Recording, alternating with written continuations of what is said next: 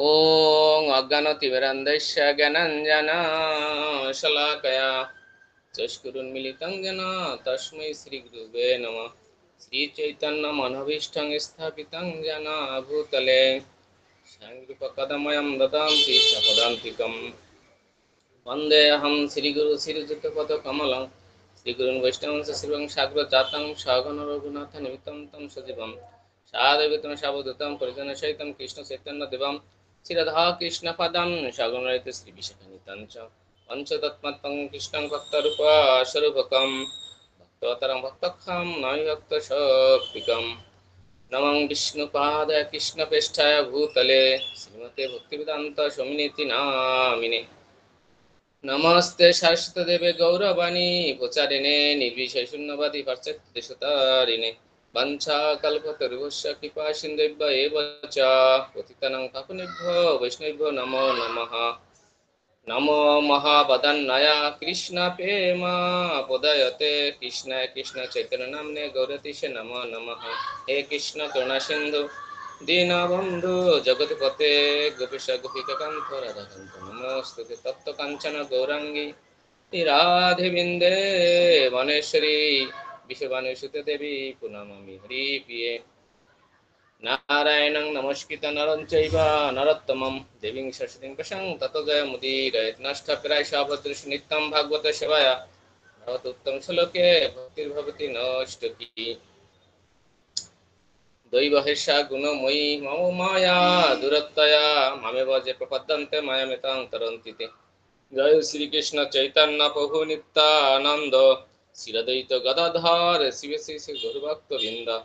हरे कृष्ण कृष्ण कृष्ण हरे हरे हरे राम राम राम हरे हरे। ओम नमो भगवते वासुदेवाय ओम नमो भगवते वासुदेवाय ओम नमो भगवते वासुदेवाय।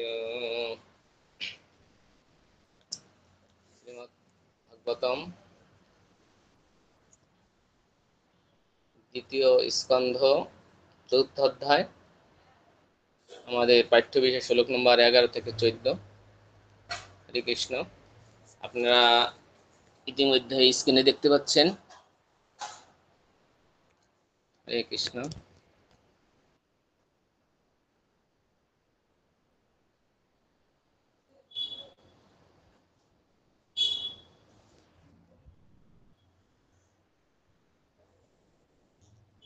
আমরা প্রথমে 11 নম্বর শ্লোক শ্রবণ করব। সুত উবাচ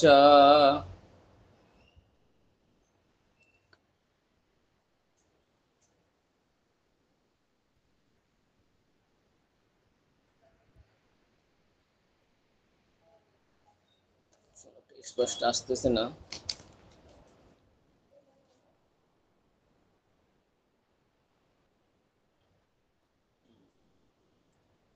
ইতি উপমন্ত্রিত রাজ্ঞা গুণ অনুকথনে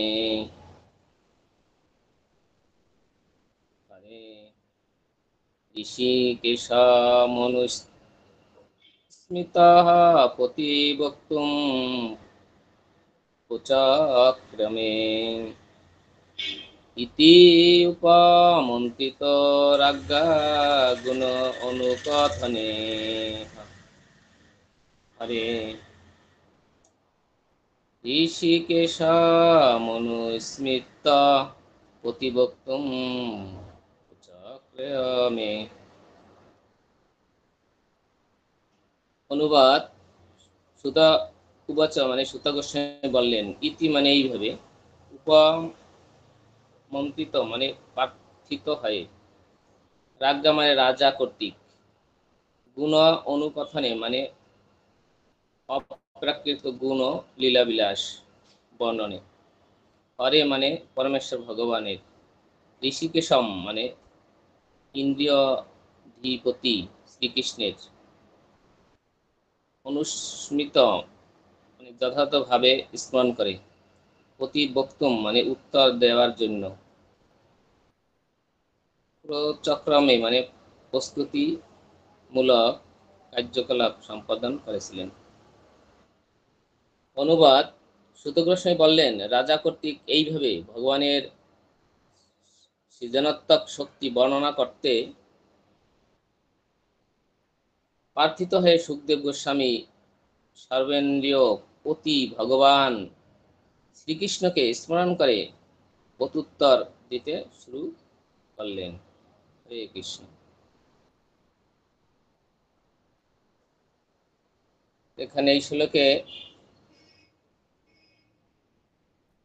সুত গোস্বামী কি বললেন, যে রাজা কর্তৃক এইভাবে ভগবানের সৃজনাত্মক শক্তি বর্ণন করতে প্রার্থিত হয়ে সুখদেব গোস্বামী সর্বেন্দ্রীয় পতি ভগবান শ্রীকৃষ্ণকে স্মরণ করে প্রত্যুত্তর দিতে শুরু করলেন।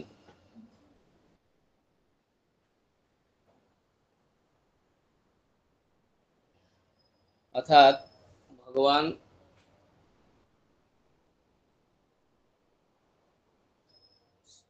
শ্রীকৃষ্ণকে স্মরণ করে কি করলেন সুখদেব গোস্বামী, তার উত্তর,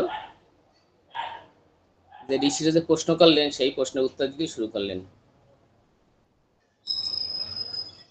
প্রভুদের তাৎপর্য থেকে আমাদের এখানে যে বিষয়টা প্রভুপাদ তুলে ধরছেন সেইটার কিছু অংশ বলছি। ভগবত ভক্তরা যখন পরমেশ্বর ভগবানের দিব্য গুণগুলি বর্ণনা করে ভাষণ দেন, তখন তার মনে করেন না যে তারা স্বতন্ত্রভাবে কিছু করতে পারেন। তারা মনে করেন যে সমস্ত ইন্দ্রিয়ের প্রতি পরমেশ্বর ভগবান ঋষিকেশ তাদের দিয়ে যা বলান তাই কেবল তারা বলতে পারেন। জীবের ইন্দ্রিয়গুলি প্রকৃতপক্ষে তাদের নয়। ভগবদ্ভক্ত জানেন যে সমস্ত ইন্দ্রিয়ের অধীশ্বর হচ্ছেন পরমেশ্বর ভগবান এবং সেইগুলি যথাযথ উপযোগ তখনই সম্ভব হয় যখন তারা পরমেশ্বর ভগবানের সেবায় নিয়োজিত হয়।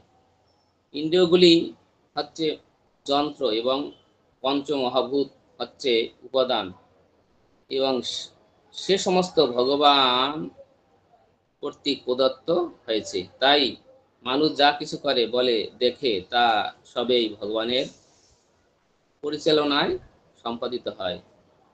শ্রীমদ্ ভাগবত গীতায় 15 অধ্যায়ে 15তম শ্লোকে সে কথা প্রতিপন্ন করে বলা হয়েছে, সর্বস্ব চাহম হৃদি সন্নিবিষ্ট মত স্মৃত জ্ঞানা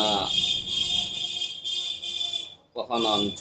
কেহই স্বতন্ত্রভাবে কার্য করতে পারে না, এবং তাই কর্ম করার জন্য, খাওয়ার জন্য অথবা কিছু বলার জন্য সর্বদাই ভগবানের অনুমতি গ্রহণ করা প্রয়োজন, এবং ভগবানের আশীর্বাদ সহকারে ভক্ত যা কিছু করেন তার সবই বদ্ধ জীব কর্তৃক কৃতকর্মের 4টি স্বাভাবিক দোষ থেকে মুক্ত। হরে কৃষ্ণ। এই তাৎপর্য থেকে আমরা কি অনুভব, কি শিক্ষা পাই? যে সার কথা সেটা হচ্ছে যে এখানে অনুবাদে সে কথাই বলছেন যে সুত গোস্বামী ভগবানের কে স্মরণ করে তিনি বলতে শুরু করলেন। তিনি একথা কেন বলছেন, এখানে তাৎপর্য সেটাই তুলে ধরছেন যে আমরা যা কিছু করি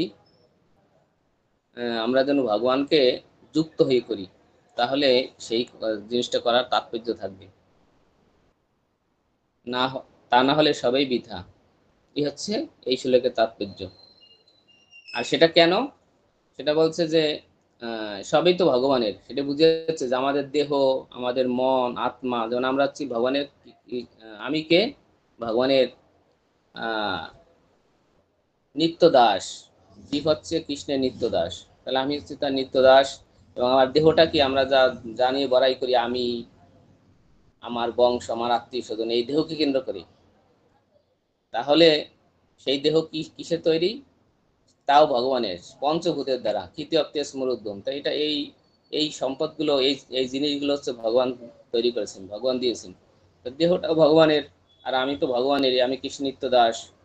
তাহলে আমার সম্পূর্ণ জিনিসটা যদি তার হয়, এবং বলছে এখানে তাৎপর্য সেটা তুলে ধরছেন যে তিনি সবকিছু তার অধীনে সবকিছু হয়, পরিচালনা হয়। যদি আমি ভাবি আমি করি না, আমরা কিছুই করতে পারি না, এক বুদ্ধিমান ব্যক্তি সে বুঝতে পারে যে সবাই ভগবান করাচ্ছেন বা করেন, তার মাধ্যমে হয়, তার শক্তির দ্বারা। এখানে প্রভু তার সেটা বলে গেছেন। এই হচ্ছে এই শ্লোকের সার কথা। আর যে বিষয়টা, যেটা কেন আমরা তাকে স্মরণ করব, এখানে শেষে প্রভু বলছেন যে ভগবানের আশীর্বাদ সহকারে ভক্ত যা কিছু করেন তা সবই বদ্ধজীব কর্তৃক কৃত কর্মের 4টি স্বাভাবিক দোষ থেকে মুক্ত। আর এটা কেন করে, যে এইটা ভগবানের সাথে যুক্ত হইলে আমাদের যে 4টি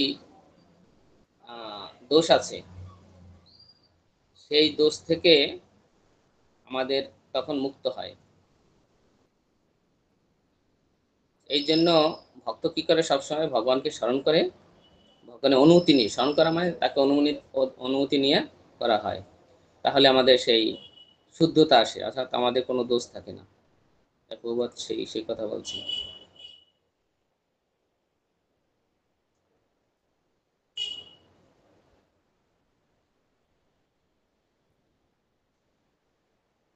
এখানে আপনাদের যদি কোনো প্রশ্ন থাকে সেটা আপনারা লিখে রাখুন, বা শেষে 1 থেকে 11 থেকে 14তম শ্লোক শ্রবণ করার পরে আমরা সেই প্রশ্ন আপনাদের কোনো যদি আরো কোনো অনুভব থাকে সেটা আমাকে বলবেন। হরে কৃষ্ণ। এখন আমরা 12 নম্বর শ্লোক শ্রবণ করব। আমরা 12 নম্বর শ্লোকের শুধু শ্লোক এবং অনুবাদ তাৎপর্য শ্রবণ করব।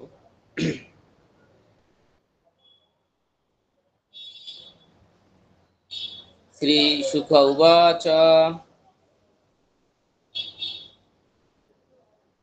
নম পরস্मै পুরুষায় ভুয়সে সমুদ্ভবস্থানম নিরোধ লীলায়া লীলায়া গৃহীত শক্তি তিতায়া দেহিনাম।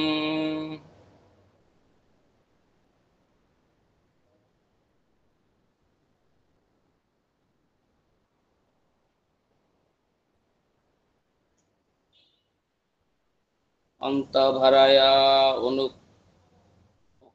অনুপলক্ষ বর্তনে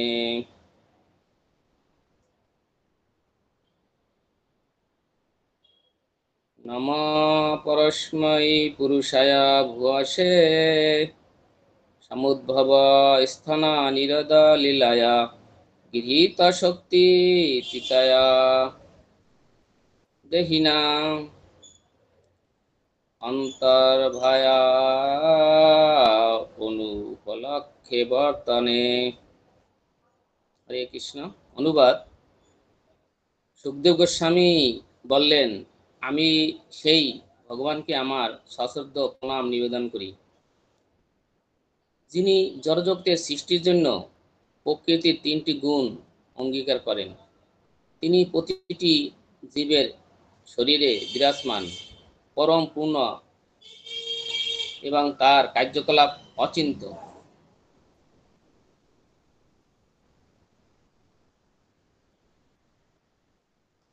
হরে কৃষ্ণ। এখানে সুখদেব গোস্বামী বললেন যে আমি সেই ভগবানকে আমার সশ্রদ্ধ প্রণাম নিবেদন করি, যিনি জড়জগতের সৃষ্টির জন্য প্রকৃতির 3টি গুণ অঙ্গীকার করেন।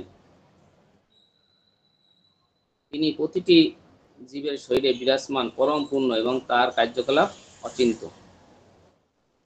তিনি এখানে ভগবানের গুণমহিমা এবং তার প্রতি ভগবানের আমাদের সশ্রদ্ধ প্রণাম করা উচিত, তার সেবায় যুক্ত হওয়া উচিত, সেই বিষয়ে সুখদেব গোস্বামী এখানে বললেন। এখন আমরা প্রভুদের তাৎপর্য শ্রবণ করব, তাহলে আরো ক্লিয়ার বুঝতে পারবো। এই জড়জগৎ সত্য, রজ, তম এই 3টি গুণের প্রকাশ এবং পরমেশ্বর ভগবান এই জগতের সৃষ্টি স্থিতি এবং প্রলয়ের জন্য ব্রহ্মা বিষ্ণু শঙ্কর বা শিব এই তিনটি মুখ্য রূপ স্বীকার করেন, মানে এই রূপে তিনি পরিচালনা করেন। বিষ্ণু রূপে তিনি জড়জগতের প্রতিটি সৃষ্টিতে প্রবেশ করেন। গর্ভদাস সেই বিষ্ণুরূপে তিনি প্রতিটি ব্রহ্মাণ্ডে প্রবেশ করেন এবং ক্ষীরদাস সেই বিষ্ণুরূপে তিনি প্রতিটি জীবের শরীরে প্রবেশ করেন। সমস্ত বিষ্ণু তত্ত্বের উৎস হওয়ার ফলে ভগবান শ্রীকৃষ্ণ এখানে পর পুমান বা পুরুষোত্তম বলে সম্বোধন করা হয়েছে। যেভাবে তাকে শ্রীমদ্ ভাগবত গীতায় ও 15তম অধ্যায়ের 18তম শ্লোকে বর্ণনা করা হয়েছে, তিনি পরম পূর্ণ, তাই পুরুষাবতারা হচ্ছেন তার অংশ প্রকাশ। ভক্তিযোগেই হচ্ছে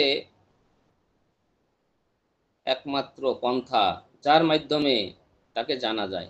যেহেতু জ্ঞানী এবং যোগীরা পরমেশ্বর ভগবানকে উপলব্ধি করতে পারে না, তাই তাকে অনুপলক্ষবর্তনে বলা হয়েছে, অর্থাৎ ভগবানের কার্যকলাপ অচিন্ত। ভক্তিযোগের মাধ্যমেই কেবল তাকে জানা যায় বা সম্ভব। হরে কৃষ্ণ।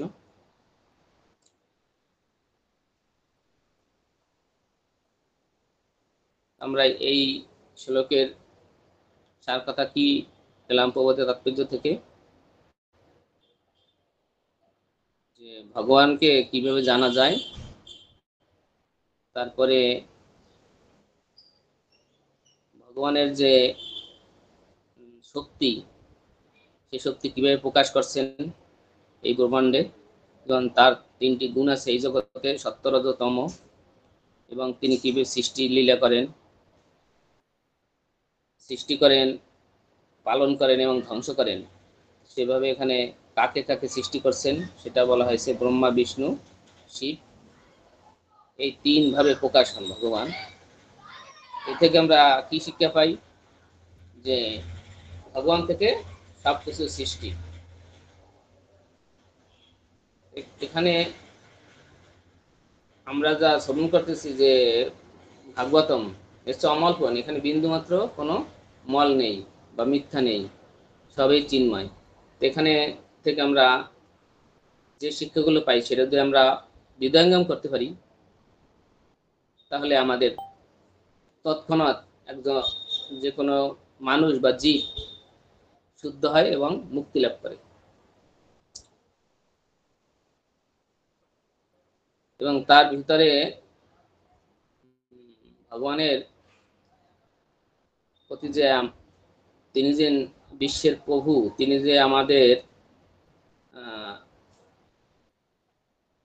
আমরা যে তার নিত্যদিনের দাস, সেটা অনুভবে আসে।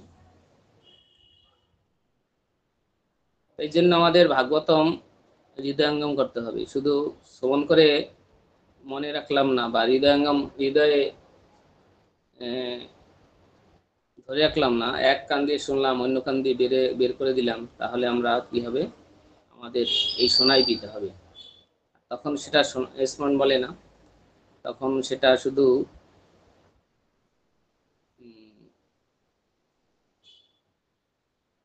শোনাই হবে, আমাদের কাজে আসবে না। এখানে যে জিনিসটা আমাদের আলোকপাত করছেন, যে ভগবান শ্রীকৃষ্ণ তিনি হচ্ছেন একমাত্র পুরুষোত্তম, তার থেকে সবকিছু সৃষ্টি। কিন্তু আমরা মাঝে মাঝে ভুলে যাই, তাই অন্য কাউকে ভগবান বলে স্বীকার করি, ভাবি। কিন্তু ভাগবতম স্পষ্ট হয়ে বলে দিতেছে। অনেকে বলেন যে ভগবান, যে কৃষ্ণ যে ভগবান কোথায় লেখা আছে, কে বলছেন, এরকম তর্ক বিতর্ক করে। কিন্তু আমরা এখন দেখতে পাই ভাগবত করে, গীতা করে, যে তিনি তার স্বরূপ, তার গুণমহিমা এখানে স্পষ্টভাবে বলছেন। এখানে দেখা যাচ্ছে যে সেই ভগবান শ্রীকৃষ্ণ থেকে প্রিয় জগৎ সৃষ্টি হয়, সেই ব্রহ্মা বিষ্ণু শিবের মাধ্যমে। তারপরে তিনি যে এই মায়ার জগৎ, তিনটা গুণ আছে, সেটাও তার থেকে সৃষ্টি করছেন। যেমন একটা রাজ্যে কারাগার থাকে, জেলখানা থাকে, তো সেটা তো ভালো না, কেউ কারাগার কেউ পছন্দ করে, কিন্তু কেন করা হয়েছে? যারা পাপী, যারা দেশের আইন মানতে চায় না তাদের জন্য, যারা মানে তাদেরকে সুরক্ষা দেওয়ার জন্য। এই জন্য এই যে তিন প্রকার যে সত্য রজ তম গুণ ভগবান থেকে সৃষ্টি করে সেই কারাগারের মধ্যে, তো কারাগারে যারা থাকতে চায় তারা এই যে গুণে আবদ্ধ হয়ে পড়ে, আর যারা ভগবানের সেবা করে তারা তো এই গুণ থেকে মুক্ত। যারা দেশের আইন মানে তারা তো কারাগারে যায় না, যারা দেশের আইন মানে না তারাই কারাগারে যায়। যারা ভগবানের সেবা করে, যারা ভগবানকে মানে যে তিনি হচ্ছেন অনাদির আদি গোবিন্দ, তার থেকে সবকিছু সৃষ্টি হয়েছে, এটা যারা জানে তারা তো আর কারাগারে যায় না, তাদের কি করে না, তাদের এই যে সত্যরজ এই গুণ তাদের আর বাঁধতে পারে না। এখানে এইটা বিষয়। হরে কৃষ্ণ। এই হচ্ছে এই শ্লোকের সার কথা। এবার আমরা 13 নম্বর শ্লোক শ্রবণ করব।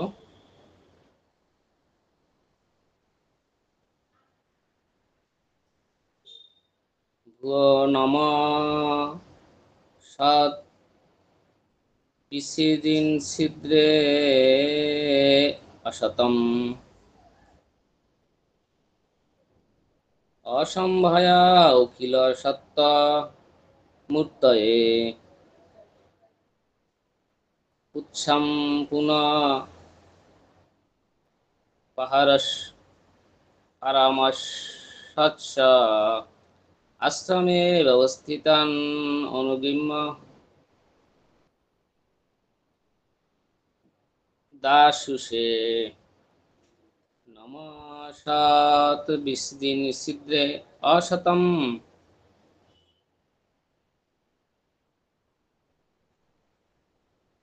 অসম্ভয়া অখিল সত্য মূর্তয়ে ভূষং পুনঃ পরমশ্বাশ্রমে ব্যবস্থিতান অনুমিজ্ঞ দাশুষে। অনুবাদ: আমি পুনরায় পুনঃ অস্তিত্ব এবং অধ্যাত্ম রূপ সমন্বিত পরমেশ্বর ভগবানকে আমার সশ্রদ্ধ পুনতি নিবেদন করি, যিনি পুণ্যবান ভক্তদের সমস্ত সংকট থেকে উদ্ধারে করেন এবং অভক্ত অসুরদের নাস্তিক মনোবৃত্তি বৃদ্ধিতে বাধা দেন। পারমার্থিক সিদ্ধির সর্বোচ্চ স্তরে অধিষ্ঠিত পরমহংসদের তিনি বিশিষ্ট পদ দান করেন। হরে কৃষ্ণ।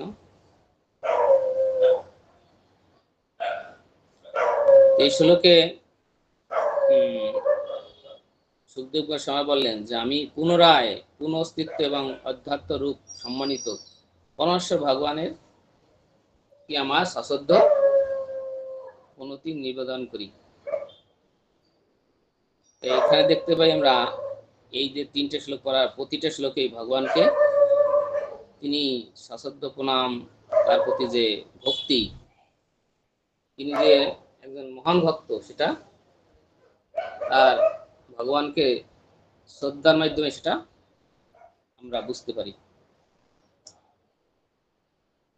এই শ্লোকে তিনি বলছেন যে ভগবান কি, তিনি সবকিছু জড় এবং চিন্ময় সবকিছুরই তিনি মালিক, সবকিছু তার থেকে সৃষ্টি, তিনি সবকিছু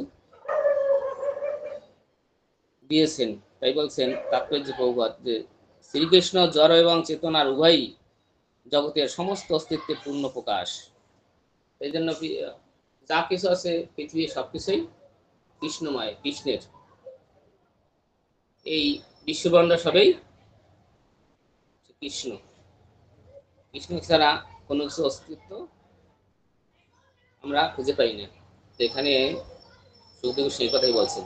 তাই বলছিল অখিল শব্দের অর্থ হচ্ছে পূর্ণ অথবা যা হিল বা নিকৃষ্ট নয়, মানে সবই সুন্দর।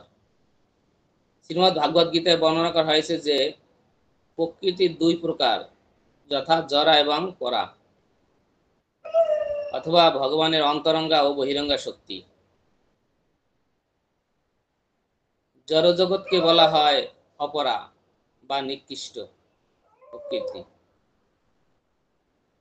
এবং চিৎজগৎকে বলা হয় পরা বা চিন্ময় বা উৎকৃষ্ট প্রকৃতি। তাই ভগবানের রূপ নিকৃষ্ট জরা প্রকৃতি সম্ভূত নয়, তিনি পূর্ণ চিন্ময় এবং তার মূর্তি বা অপ্রাকৃত রূপ রয়েছে। যে সমস্ত অল্প বুদ্ধি সম্পন্ন মানুষেরা তার অপ্রাকৃত রূপ সম্বন্ধে অবগত নয়, তারা তাকে নির্বিশেষ ব্রহ্ম বলে বর্ণনা করে। তাহলে আমরা বুঝতে পারলেন যে যারা বলেন যে ভগবানের কোনো আকার নেই, সবিশেষ কোনো রূপ নেই, নির্বিশেষ, তারা মনে করে ব্রহ্মা যে সাউন্ড শব্দ বা আলো এরকম। কিন্তু এখানে ভাগবতমে বলছেন কি যে না, তার রূপ আছে, অনেক সুন্দর রূপ আছে। কিন্তু যারা মনে করে তারা মূর্খ। তাই বলা হয়েছে অন্য অন্য যারা ধর্ম তো একটাই পৃথিবীতে, কিন্তু যারা অন্য অন্য ধর্ম বলে জাহির করে, তাহলে আমরা কি তাই বলছে যে পৃথিবীতে ধর্ম নামে যা কিছু চলে, ভাগবতম, এই যে আমরা ভাগবতম বলে তা পরিপূর্ণ, অন্য এইগুলো পরিপূর্ণ চলে, ছল ধর্ম, ওগুলো মিথ্যা ধর্ম, ওগুলো কিন্তু ধর্ম না। এ থেকে আমরা বুঝতে পারি এই শ্লোকে যে যারা মনে করে যে ভগবানের কোনো কি নাই, আকার নাই, যেমন আমরা জানি যে মুসলমানরা বলে কি আল্লাহর কোনো কি না আকার নাই, ব্রহ্ম, তারা জ্যোতি বলে যে আল্লাহর কোনো একটা জ্যোতি, একটা আলো, একটা আগুনের গোলা মনে মনে করেন যে সেই থেকে আলো দিচ্ছে, এই আল্লাহ। তাই তাদের কোনো সাধারণ ধারণা নাই। যেমন একজন শিশু প্রথমে যখন সে অক্ষর জ্ঞানে নেই, সে শব্দ কিভাবে হয়, সে কিভাবে শব্দ, সে বাক্য কিভাবে সে বুঝতে পারবে, তার অক্ষর জ্ঞান নেই। সে তেমনি তাদের সেই ভগবানের সাথে কোনো ধারণা নেই, তারা কিভাবে বুঝতে, তারা মনে করে যে ভগবানের কোনো আকার বলতে কিছু নাই, এরকম।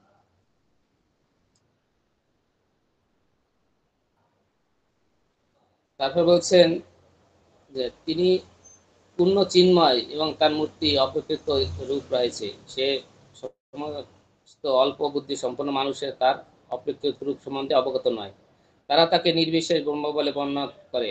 কিন্তু ব্রহ্মজ্যোতি হচ্ছে কেবল তার এই অপ্রকৃত দেহ নির্গত রশ্মি ছটা। তার অপ্রকৃত রূপ সম্বন্ধে অবগত ভগবত ভক্তেরা তার সেবা করেন এবং ভগবানও তার অহৈতুকী করুণার প্রভাবে তাদের সেই সেবায় প্রতিদান দেন, এবং তার ফলে তার ভক্তেরা সমস্ত ক্লেশ থেকে মুক্ত হন।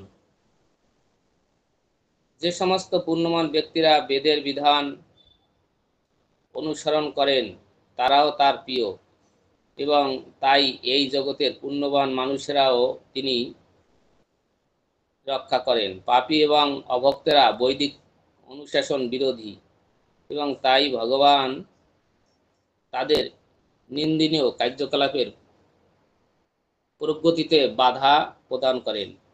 তাদের মধ্যে যারা বিশেষভাবে ভগবানের কৃপা লাভ করে তারা ভগবান কর্তৃক নিহত হয়। দৃষ্টান্তস্বরূপ রাবণ, হিরণ্যকশিপু এবং কংসের নাম উল্লেখ করা যায়।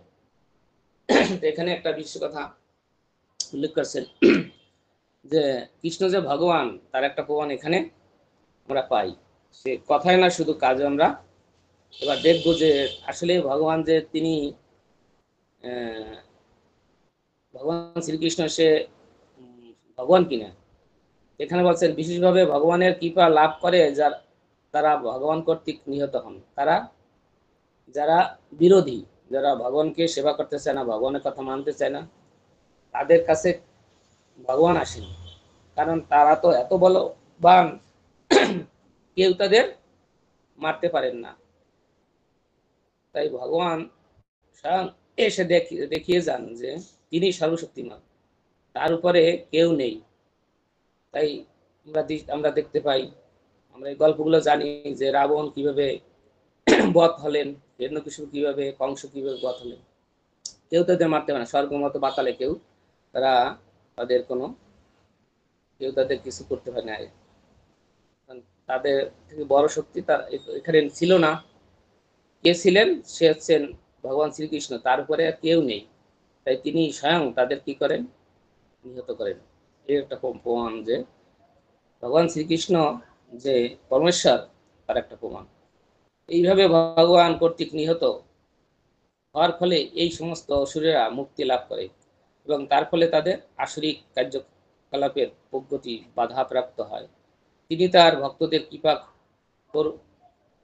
করুন অথবা অসুরদের দণ্ডদান করেন। ভগবান সর্বাবস্থাতেই একজন স্নেহময় পিতার মতো সকলের প্রতি কৃপা পরায়ণ, কেননা তিনি সমস্ত অস্তিত্বের পূর্ণ প্রকাশ। হরে কৃষ্ণ। এখানে একটা শিক্ষণীয় বিষয় হচ্ছে, বলছেন যে বহুবার যে ভগবান সবসময় সমভাবাপন্ন। তিনি, কারণ সবাই তার সন্তান। কংস, রাবণ, তারাও তো ভগবানের সন্তান, যদিও তা ভগবানের কথা শুনেন না। তা কোনো সন্তান যদি অবাধ্য হয় ভগবানে কি করে? পিতা তাকে শাসন করেন, তাকে শাসন করে তার মতো করে নেয় যে এইভাবে না চললে কিন্তু আমি তোমার পিতা, আমাকে পিতা সম্বোধন করা যাবে না। তখন অনেক সময় পিতা সন্তানকে প্রহার করে, গালিগালাজ করে বা কষ্ট দেয় যাতে সে পিতার বাধ্য হয়। এখানে ভগবান দেখিয়েছেন যে আমি যে তাদের সবারই পিতা, আমি কাউকে ছোট বড় চোখে দেখি না, সবাইকে সমান দেখি। এই জন্য ভগবান কি করেন? যে দণ্ড দেন অসুরদের, যারা কথা না শুনে তাদের অসুরদের দণ্ড দেন। আর যারা সাধু তাদের তো দণ্ড দিতে হয় না, তারা তো এমনিতেই শোনে ভগবানের কথা, তাদেরকে কৃপা করেন ভগবান। তাই বলছে তিনি ভক্তদের কৃপা করুন অথবা অসুরদের দণ্ড দান করুন। ভগবান সর্বাবস্থাতেই একজন স্নেহময়, তার ভিতরে যে তিনি অসুরদের বধ করছেন বা নিহত করছেন এই জন্য তার ভিতরে যে স্নেহ ভালোবাসা নেই এরকম না। তাই বলছেন তিনি স্নেহবালা ভালোবাসা আছে বলেই তিনি সেই তাদেরকে বধ করছেন, তারা যাতে খারাপ পথে না যায়, পাপ কর্ম না করে। এটা হচ্ছে একজন আদর্শ পিতার কর্তব্য। এ থেকে আমরা শিক্ষা পাই যে একজন আদর্শ পিতার কি কর্তব্য।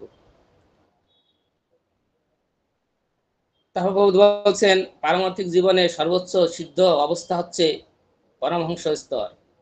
শ্রীমতী কুন্তী দেবীর মতো পরমহংসরাই কেবল যথার্থভাবে ভগবানকে জানতে পারেন। চিন্ময় তথ্য হৃদয়ঙ্গমের ব্যাপারে যেমন নির্বিশেষ ব্রহ্ম থেকে অন্তর্যামী পরমাত্মা, তারপর কর্মে কর্মে সবিশেষ ভগবান পুরুষোত্তম শ্রীকৃষ্ণকে জানার স্তর রয়েছে, তেমনই পারমার্থিক জীবনের সন্ন্যাস আশ্রমেও মানুষের ক্রমশ পারমার্থিক উন্নতির স্তর রয়েছে। সন্ন্যাস আশ্রমের সেই কর্মোন্নতির স্তরগুলি হচ্ছে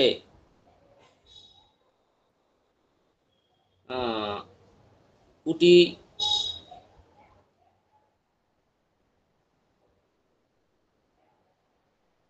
কুটিচক, বহুদক, পরিব্রাজক এবং পরমহংস। পাণ্ডবদের জননী শ্রীমতী কুন্তী দেবী শ্রীকৃষ্ণের প্রতি তার প্রার্থনায় প্রথম স্কন্ধ অষ্টম অধ্যায়ে সে কথা বলেছেন। আপনারা প্রথম স্কন্ধ তো শেষ হয়ে গেছে, আপনারা তখন অষ্টম অধ্যায়ে আছে কুন্তী দেবী প্রার্থনা, সেখানে আছে। শুদ্ধ ভগবত ভক্তি পরমহংসের রাই হৃদয়ঙ্গম করতে পারেন এবং কুন্তী দেবী বিশেষভাবে উল্লেখ করেছেন যে ভগবান পরমহংসদের ভক্তিযোগ দান করার জন্য বিশেষভাবে অবতারণ করেন, করতে না সাধু নাম। অতএব চরমে পরমহংস বলতে ভগবানের জন্যই ভক্তদের বোঝায়। ছিল জীব গোস্বামী সরাসরি ভাবে স্বীকার করেছেন যে জীবের পরম গতি হচ্ছে ভক্তিযোগ, যার দ্বারা ভগবানের অপরিকৃত প্রেম হিসেবে যুক্ত হওয়া যায়। যারা ভক্তিযোগের পন্থা অবলম্বন করেছেন তারাই প্রকৃত পরমহংস, তারাই হচ্ছে ভক্ত। ভগবান যেহেতু সকলের প্রতি অত্যন্ত কৃপাময়, তাই সে সমস্ত নির্বিশেষবাদীরা ভগবানের নির্বিশেষ ব্রহ্মজ্যোতিতে লীন হয়ে যাওয়ার জন্য ভক্তির পন্থা অবলম্বন করে। শেষে বলছেন, ব্রহ্মা নদী ও প্রেমানন্দী উভয়েই পরমার্থীবাদী এবং জীবনের সুখ দুঃখ দুর্দশাপূর্ণ নিকৃষ্ট জরা প্রকৃতির সঙ্গে তাদের কোনো সম্পর্ক নেই। তাদের যারা ভগবত ভক্ত তাদের। হরে কৃষ্ণ। এখান থেকে আমাদের সার কথা আমরা কি পেলাম? তাৎপর্য মোটামুটি বড় আছে। এই শ্লোকের তাৎপর্য 13 নম্বরে সার কথা কি পেলাম আমরা? যেখানে প্রভুপাদ সুন্দরভাবে উদাহরণ দিয়ে বুঝিয়েছেন যে আমরা অনেক সময় ভাবি যে আমার ভগবান আমাকে দেখে না, আমার জন্য মনে পক্ষপাতিত্ব করতেছে, আমি খারাপ কাজ করতেছি, ভগবান কেন আমাকে সে খারাপ কাজ থেকে সর্বশক্তিমান হলে আমাকে কেন সেদিক থেকে বারণ করছে না, ফিরাচ্ছে না? আমি তো ভগবানকে ভালোবাসতে চাই, ভগবানের সেবা করতে চাই। এখানে এই শ্লোকে সেটা সমাধান দিয়েছেন যে ভগবান কাউকে কি করে না, পক্ষপাতিত্ব করে না। সে তার কোনো শত্রু মিত্র নেই। তিনি পাপীকে যে যেমন ভাবে দেখেন একজন ভক্তকে সেইভাবে দেখেন। সেটা কিভাবে, সেটা উদাহরণ দিয়ে বুঝিয়েছেন যে যারা পাপী, যারা ভগবানের সেবা করে না, তারা হচ্ছেন কারা? রাবণ, কংস। এদেরকেও ভগবান কাছে আনার জন্য, শিক্ষার জন্য কি নিহত করেন, তাদের কি প্রহার করেন। এ থেকে আমরা শিক্ষা পাই যে ভগবান সবাইকেই ভালোবাসেন, সবাইকেই তার কাছে নিতে চান, কিন্তু আমরা আমাদের কর্মের জন্য আমরা তার কাছে যেতে চাই না। এই জন্য আমরা এখানে পড়ে থাকি, সেই সত্য রজ তমগুণে কারাগারে পড়ে থাকি। যখন আমরা বুঝতে পারি কোনো সাধু বৈষ্ণবের কৃপা হয়, তখন আমরা ভগবানের সেবায় যুক্ত হই। এখানে আর একটা জিনিস এখানে তুলে ধরছেন যে আমাদের যোগী, জ্ঞানী, ধ্যানী, কর্মী গীতায় আছে সেই যোগগুলো, তা সবচেয়ে শ্রেষ্ঠ হচ্ছে ভক্তিযোগ। এখানে ভক্তিযোগের কথা বলছেন যে ভক্তিযোগের মধ্যে ভগবানকে জানা যায়। আর ভক্তিযোগ হচ্ছে সেই ভগবানের প্রেমী, ভগবানের সেবা। হরে কৃষ্ণ। এবার আমরা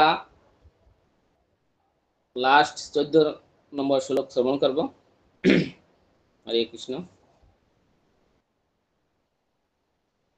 আমাদের সময় প্রায় শেষ, এই জন্য আমরা এখন 14 নম্বর শ্লোক শ্রবণ করতেছি।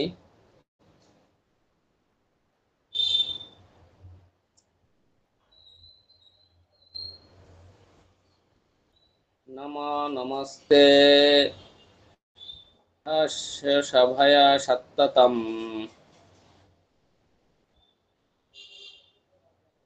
বিদুর কাষ্ঠয়া মুহু যোগিনম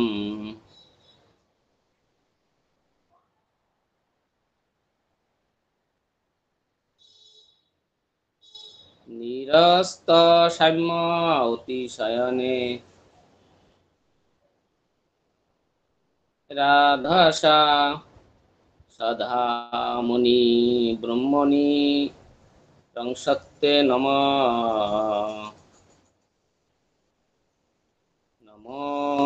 নমস্তে সশ্রদ্ধা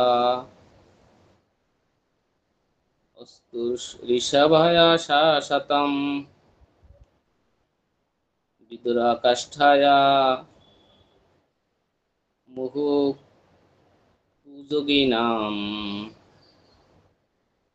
নিরস্তর সাম্য অতিশয়নে রাধাসা সাধামণি ব্রহ্মণি রঙ্কস্যতে নমঃ। হরে কৃষ্ণ। অনুবাদ: যদুবংশীয়দের পার্শ্বদ এবং অভক্তদের যিনি সর্বদা সমস্যা সৃষ্টি করেন, তাকে আমি আমার সশ্রদ্ধ প্রণাম নিবেদন করি। তিনি জড় এবং চেতন উভয় জগতের এই পরম ভোক্তা। তথাপি তিনি চিদাকাশে তা লীলাবিলাস করেন, কেউই তার সমকক্ষ নয়, কেননা তার অপ্রকৃত ঐশ্বর্য অনন্ত এবং অসীম। হরে কৃষ্ণ।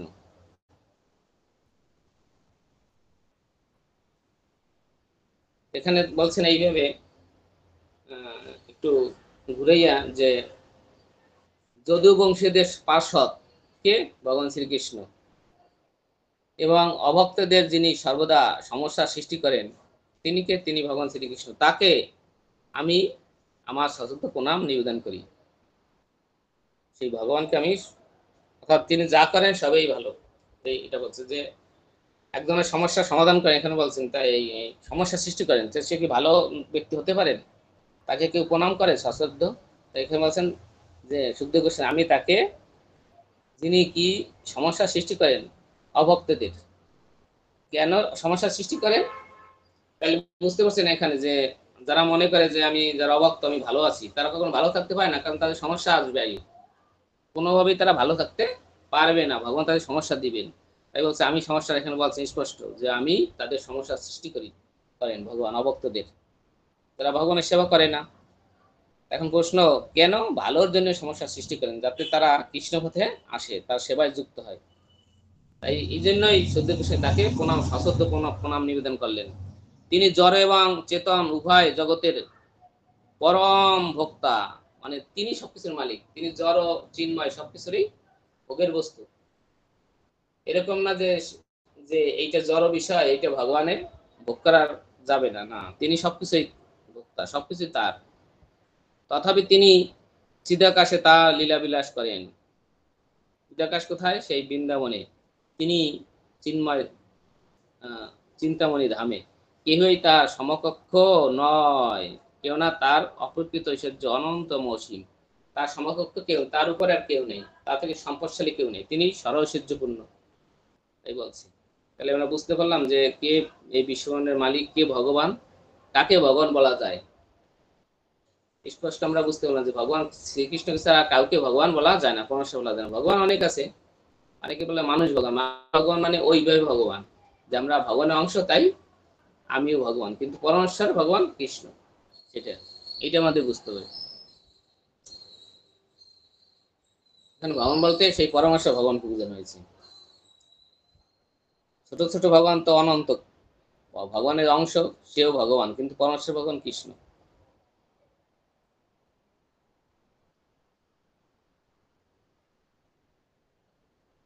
তারপরে এখন আমরা তাৎপর্য শ্রবণ করব সংক্ষেপে। হরে কৃষ্ণ। তাৎপর্য বড় আছে, আমি অল্প অল্প বলে যাচ্ছি সার কথা। পরমেশ্বর ভগবান শ্রীকৃষ্ণ অপ্রকৃত প্রকাশের দুইটি দিক রয়েছে। তার শুদ্ধ ভক্তদের তিনি নিত্য সঙ্গী, যেমন যদুকুলে আবির্ভূত হয়ে তিনি যাদবদের তার সঙ্গ দান করেছিলেন, অথবা সখারূপে অর্জুনকে, অথবা নন্দ যশোদা পুত্ররূপে বৃন্দাবনে ব্রজবাসীদের প্রতিবেশী রূপে সঙ্গ দান করেছিলেন। সুধাম সিদাম মধুমঙ্গলকে সখা রূপে তার সঙ্গ দান করেছিলেন, অথবা ব্রজগোপীদের প্রেমিক রূপে সঙ্গ দান করেছিলেন। এটি তার সবিশেষ রূপের একটি প্রকাশ। আর নির্বিশেষ রূপে তিনি অন্তহীন সর্বব্যাপ্ত ব্রহ্মজ্যোতি রূপে নিজেকে বিস্তার করেন। সূর্যের আলোকের সঙ্গে তার তুলনা করা যায়। সেই সর্বব্যাপ্ত ব্রহ্মজ্যোতির একটি অংশ মহত্তত্ত্বের অন্ধকারের দ্বারা আচ্ছাদিত, এবং সেই অন্ধকারাচ্ছন্ন নগণ্য অংশটি হচ্ছে জড়জগৎ। এই জড়জগতে আমাদের এই ব্রহ্মাণ্ডের মতো অসংখ্য ব্রহ্মাণ্ড রয়েছে। হরে কৃষ্ণ। তাহলে আমরা এখান থেকে অনেক জিনিস আমরা নিতে পারি, হৃদয়ঙ্গম করতে পারি। তারপর শেষের দিকে কি বলছেন যে হে ভগবান, আপনি জড় এবং চেতন উভয় জগতের সবকিছুরই পালনকর্তা, এবং আপনার কৃপার প্রভাবেই সবকিছু সমৃদ্ধি প্রাপ্ত হয়। আপনার প্রতি প্রেমময়ী সেবা বা ভক্তিযোগ হচ্ছে ধর্মের মূল তত্ত্ব বা সত্য ধর্ম, এবং আমি সেই সেবায় যুক্ত। তাই দয়া করে আপনার প্রকৃত রূপ প্রদর্শন করে আমাকে রক্ষা করুন। তাই দয়া করে আপনি ব্রহ্মজ্যোতির অবলুণ্ঠন উন্মোচন করুন, যার ফলে আমি আপনার সচ্চিদানন্দময় রূপ দর্শন করতে পারি। হরে কৃষ্ণ। এই শব্দ কৃষ্ণ প্রার্থনা ছিল যে ভগবানকে তিনি দর্শন করতে চান। তাই বলছেন যে আমি বুঝতে পারছি আপনি সবিশেষ রূপ আছে, আবার আপনি নির্বিশেষ রূপ আছে ব্রহ্মজ্যোতি। আপনি এই জগতের সব জন বহি নৃসিংহ, হৃদয় নৃসিংহ। নৃসিংহ বাইরেও আছেন, হৃদয় আছেন। তাহলে ভগবান এরকম, তিনি আমার হৃদয়ে আছেন, সর্বব্যাপ্তময় তিনি। দর্শনের জন্য সুখদেব গোস্বামী প্রার্থনা করলেন যে আমি আপনার সচ্চিদানন্দময় রূপ দর্শন করতে পারি, এই শক্তি আমাকে দান করুন দয়া করে। হরে কৃষ্ণ। অর্থাৎ তিনি বুঝতে পারছেন, তার মতো আমাদের সবাই বুঝতে হবে যে পরমেশ্বর ভগবান শ্রীকৃষ্ণ, আমরা যেন তার সেবায় সবসময় যুক্ত থাকতে পারি। একজন ভক্তের মনোভাব এইরকম। শুদ্ধ ভক্ত, সুখদেব গোস্বামী ছিলেন শুদ্ধ ভক্ত, তাই তিনি তার মনোভাব জগৎবাসীকে জানালেন। কৃষ্ণ। এখানেই আমি বিশ্রাম রাখছি।